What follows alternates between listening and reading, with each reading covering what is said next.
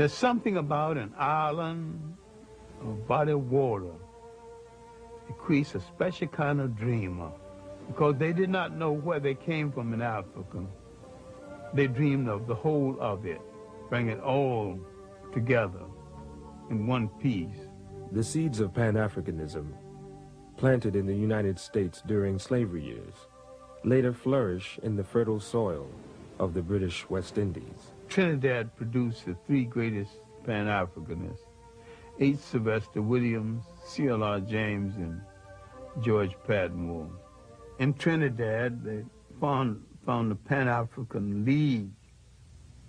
H. Sylvester Williams would eventually call it Pan-African. He would call a conference in London in 1900. A few scattered Africans, a few people from the Caribbean, W. Du Bois from the United States. They did not ask for the independence of African states then. They asked for preparation. Give us the kind of education that will prepare us for eventual independence. They were reasonable, but they weren't listened to. And yet the conference made some kind of impression. After the first Congress, Du Bois would be the leading light from the second through fourth. But the most meaningful, the one that Du Bois called in Paris, as a result of this Congress, Du Bois came to center stage as the leader and theoretician of Pan-Africanism.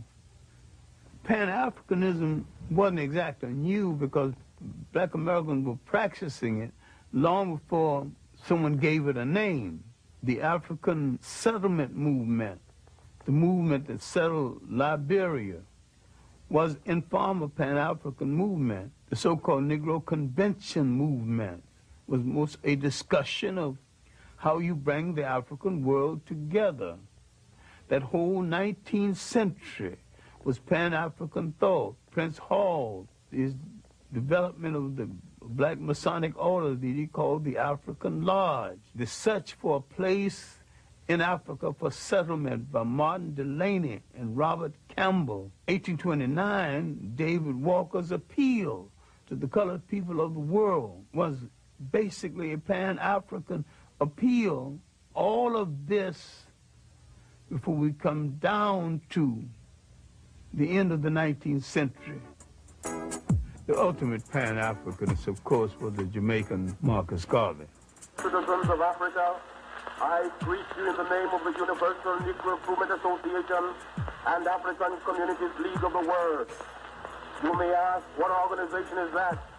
It is for me to inform you that the Universal Negro Improvement Association is an organization that seeks to unite into one solid body the 400 million Negroes of the world. It was soon after the end of World War I. The Secretary of War had told the black American soldiers that their lot would not be appreciably changed by virtue of the fact that they fought in the war. There had been an investigation. It was discovered that many of the nurses wouldn't treat black soldiers in the hospital, wouldn't even touch them. Some of them died as a result. So you have these grievances pent up in the veteran coming home. All of this came to a head in 1919 when there were riots all over the United States. That's called the Red Summer. Marcus Garvey could point out, look, they don't want you here. Let's go back home. Let's go to Africa. Go back to Africa. Let's not only go back to Africa, let's go back in our own ships. Now, a whole lot of people who otherwise would not listen, now willing to listen. We hear the cry of France for the Frenchmen, of Germany for the Germans, of Ireland for the Irish, of Japan for the Japanese.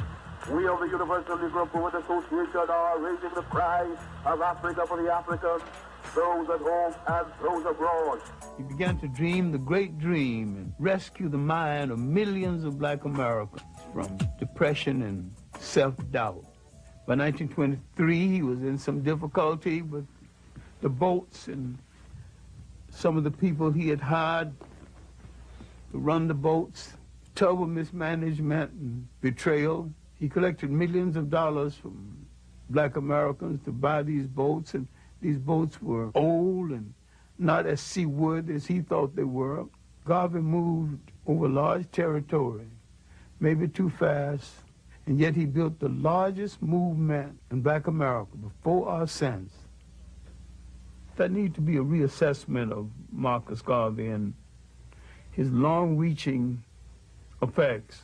He called attention to what slavery and colonialism had taken away. They took away a concept essential to all the people in the world. They took away the concept of state management and state maintenance.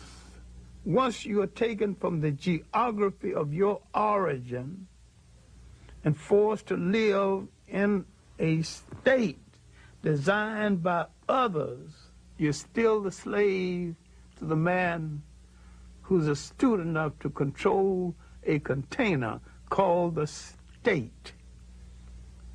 The cannons of World War II were barely cold when Africans met in Manchester, England.